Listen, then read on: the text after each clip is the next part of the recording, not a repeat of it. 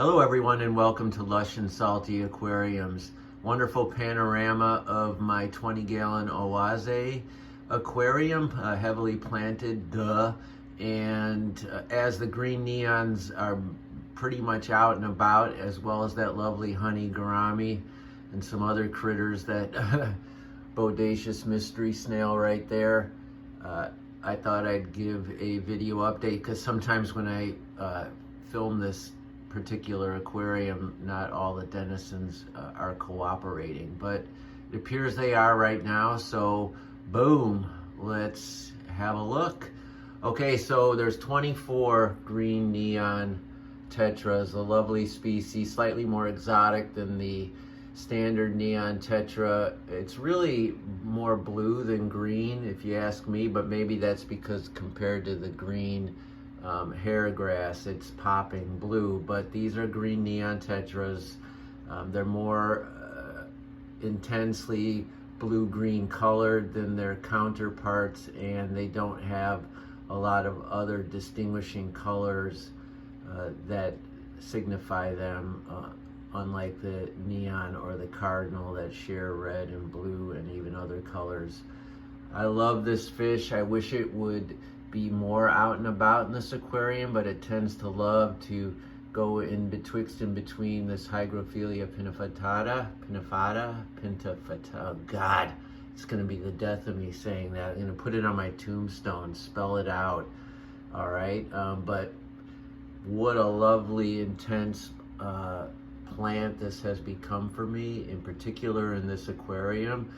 Now the deal is with that plant, it'll grow like a stem, which is awesome in its own right, but if you trim it, like if I cut that, which I will, and keep on cutting the longer growths, you will force this intense bush effect, which, although it's pretty much shrouding the spiderwood, is such a captivating and comforting environment, both for my eyes as well as those green neons, and they love to go in there. But they're out now, and they're sharing the front and center of the aquarium with the pencilfish, the common red Bexford pencilfish. I've got a group of them in there. There's a big one. There's actually about 8. There's one back there. I had 2 different groups. The first group I bought online, and then I added a few more. Not sure why I added more. I had this sense that I didn't have a single male, just some big fat females like that one. So I got some more in hopes of getting some males. And by now, I with 10 of these fish, I know I have, if I didn't already. But I have seen some spawning behavior from those particular fish since I added the new group. They are egg scatterers, and they scattered them in there somewhere, and I'll never see fry because there's just too much life in this tank. If I were to see a little fish, it would be from them undoubtedly, because that's the only creature I've seen spawning in this particular aquarium, not the green neons. Not to say that they haven't, but I haven't seen it. So we've got those 2 groups of nano fish, and they seem to get on pretty well together. I was reluctant about adding more pencilfish because honestly, they're just not wonderfully colored, at least with a backdrop of that Hygro P. They sort of get lost a little bit, but if you really study them, they have an intense bronze coloration with some red pigments to it, and of course the fins have a little bit of color, or those neat white indentations which seem to come out when they're sparring or when I saw the spawning, and so I dig that. More of that, please. Got a few of those mystery snails in here. I like the mystery snail because they're easy to see. They lay egg masses which you can control. You can just pull them out if you don't like them. They'll lay it above the water line, so with a rimless tank, I'm not sure where they're going to ever do that.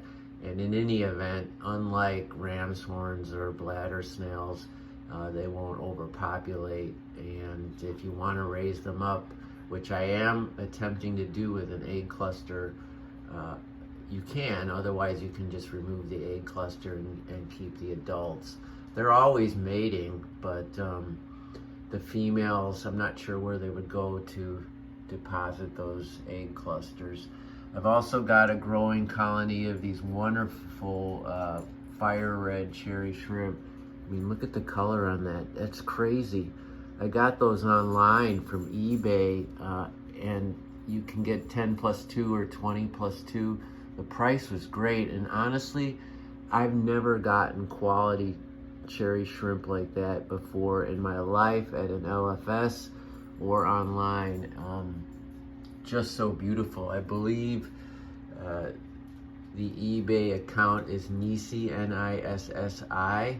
So if you search, and you'll find he's got all kinds of shrimp, and he's a wonderful vendor, super reputable. They sent me a wrong group, and rather than hassle me, they didn't even question my word. They just sent me what I had ordered, and I kept what they had sent, which was incorrect.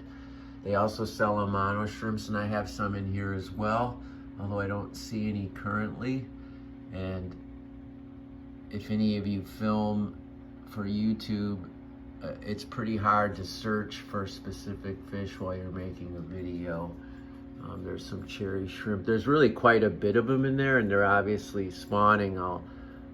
There's a baby there, and there's another one there, and so on and so forth. So that's great. They're not being predated, and it looks like their offspring are carrying that intense red gene. There's a little white on its nose, but pretty great. I highly recommend you find that vendor if you're interested in Neocaridina shrimp.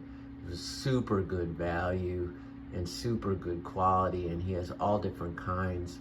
I've also got some Pygmy Coreodora in here, actually the Hasbrosa strain, so a little bit bigger than Pygmy Coreodora, but not much bigger. There's one right there.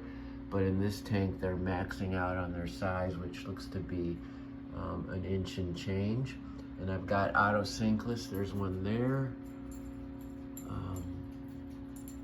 And that's pretty much it. The honey gourami, which you can have as a solo fish, so you can have that one intense burst of color, and he or she doesn't mind being alone. At least, I mean, you can't ask him, but that's what the book is on those particular fish. Super lovely, very inexpensive. You could put one in each of your nano tanks pretty much no matter what you have, and they'll be fine.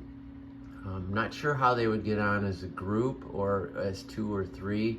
Most fish, if they are aggressive in groups of 2 or 3, you add more, and that can mitigate the aggression.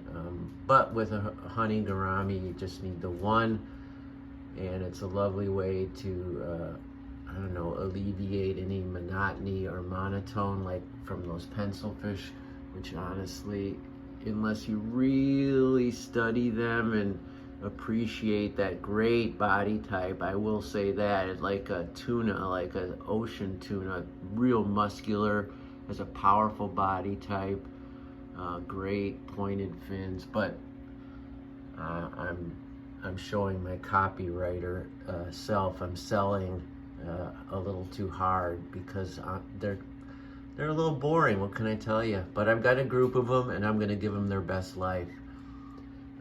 Like I do all my fish. I wouldn't, I can't imagine culling a fish if it's a little bit funky or wonky unless it's in pain or potentially going to cause a disease or some other ailment with others. But euthanasia, I mean, you know, I'll do it if I have to, but I'm certainly not going to just try to offload some fish because I find them boring. I mean, what if, well, that's a rabbit hole I won't go into.